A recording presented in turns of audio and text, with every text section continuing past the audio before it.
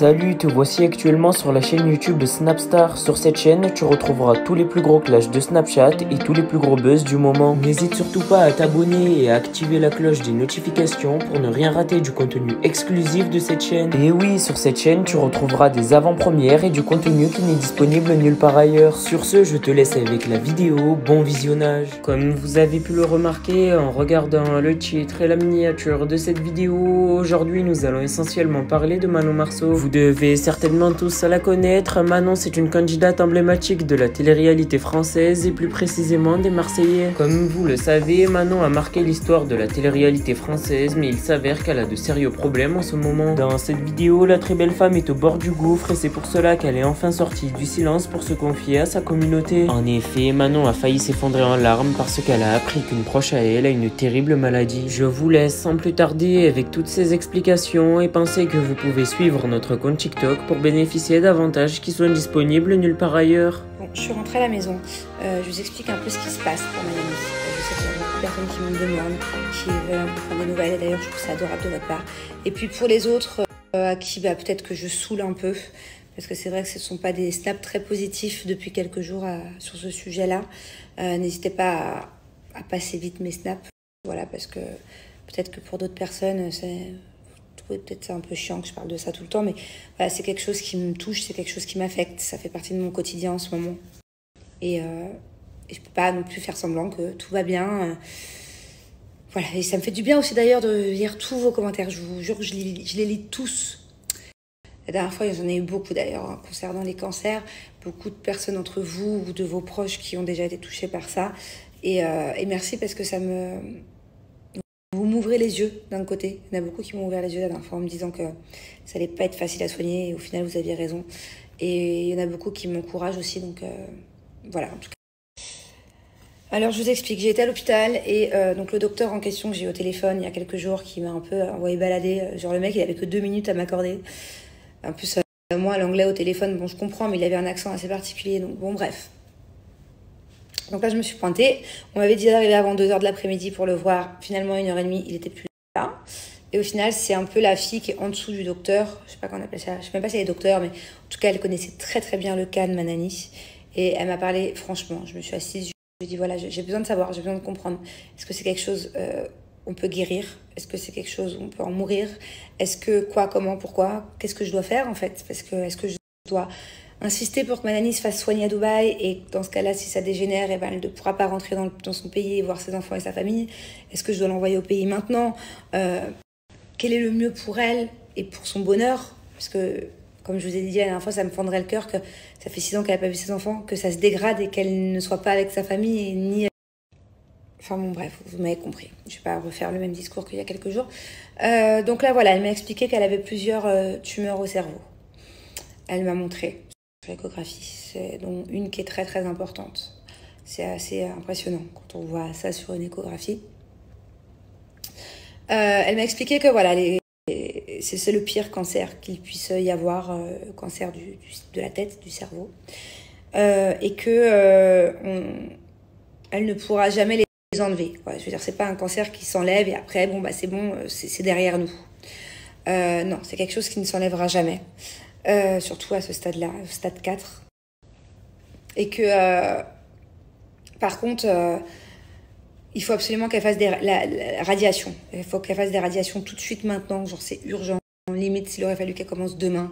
Mais voilà, il ne faut vraiment pas attendre pour faire la radiation. Le problème, c'est que c'est un peu compliqué ici pour prendre rendez-vous ou pour commencer un process. Donc, je le sais parce qu'on a déjà fait les procédures pour faire la radiation de sa poitrine, vu qu'elle a eu un cancer du sein à la base. Et ça avait mis au moins 1 mois pour avoir un rendez-vous, pour ci, pour ça. Puis vu qu'on a des problèmes d'assurance aussi, pardon, c'est compliqué.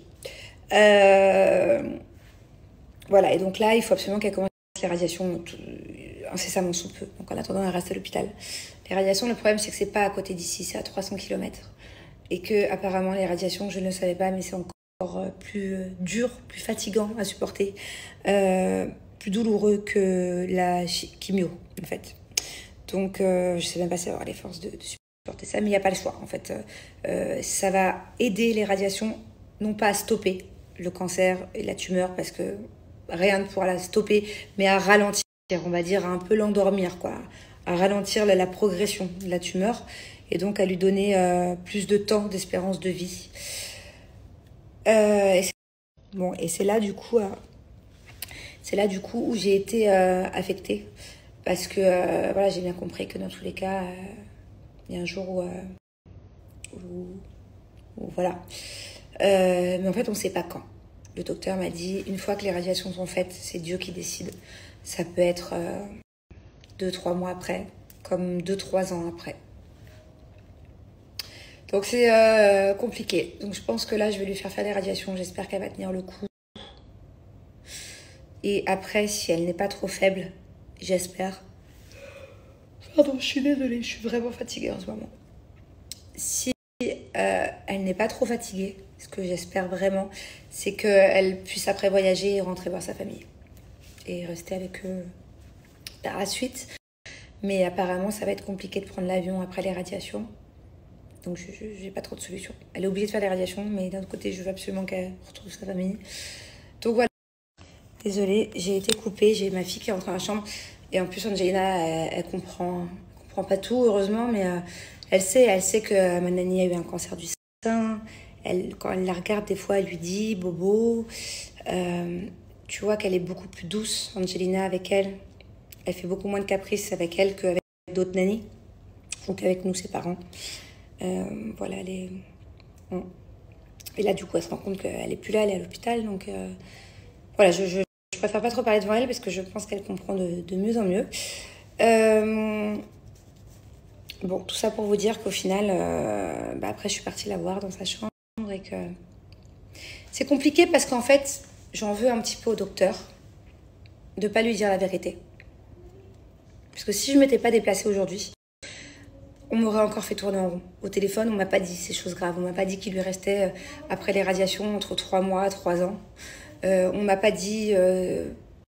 Du coup, je lui ai rendu visite pendant 1 heure. Et je lui ai tout dit. Voilà. Bien sûr, j'ai pris des pincettes, mais j'ai été sincère, j'ai été honnête. Et puis, ça me pèse beaucoup que ça a été à moi d'avoir ce rôle-là, mais... je pouvais pas... En fait, le problème, c'est qu'elle est à l'hôpital. Ok, elle voit le docteur tous les jours, mais on la laisse dans le flou. Elle comprend pas vraiment quel traitement, le pourquoi du comment. Elle comprend pas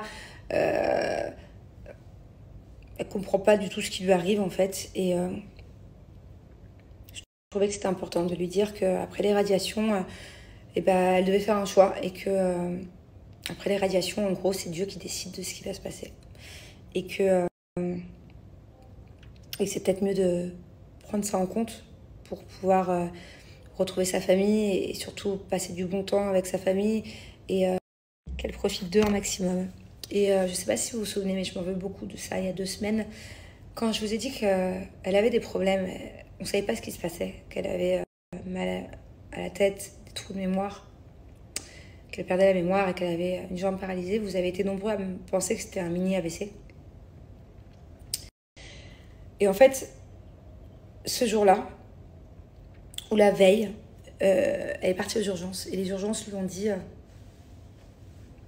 revenez dans 1 semaine, puisque vous avez déjà un rendez-vous pour autre chose dans 1 semaine.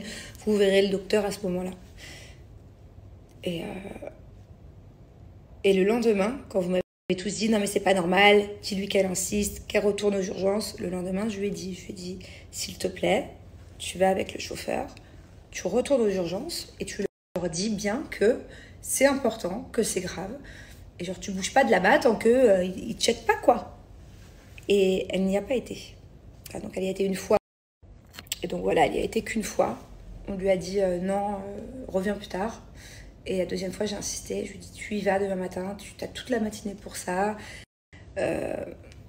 Mon chauffeur t'accompagne, reste avec toi. Vous allez insister. Moi, je ne pouvais pas y aller parce que j'étais à l'hôpital à ce moment-là pour mon opération. Et elle n'a pas été. Et en fait, je m'en veux beaucoup parce que si elle m'avait écouté, il y a 10 jours de ça, en arrière, on aurait gagné 10 jours. Et 10 jours, à ce stade-là, les radiations sont urgentes. Et à ce stade-là, 10 jours, c'est très précieux. On ne sait jamais de ce qui peut arriver et je m'en veux d'avoir pas plus insister. Pourtant, j'ai beaucoup insisté, mais d'avoir perdu ces 10 jours, quoi. Bon, voilà, écoutez, je vais me reposer un peu et puis c'est de penser un peu. Merci à toi d'avoir visionné cette vidéo et n'hésite surtout pas à nous donner ton avis dans l'espace commentaire. Sur ce, on se retrouve dans une prochaine vidéo dans laquelle il y aura de nouveaux buzz.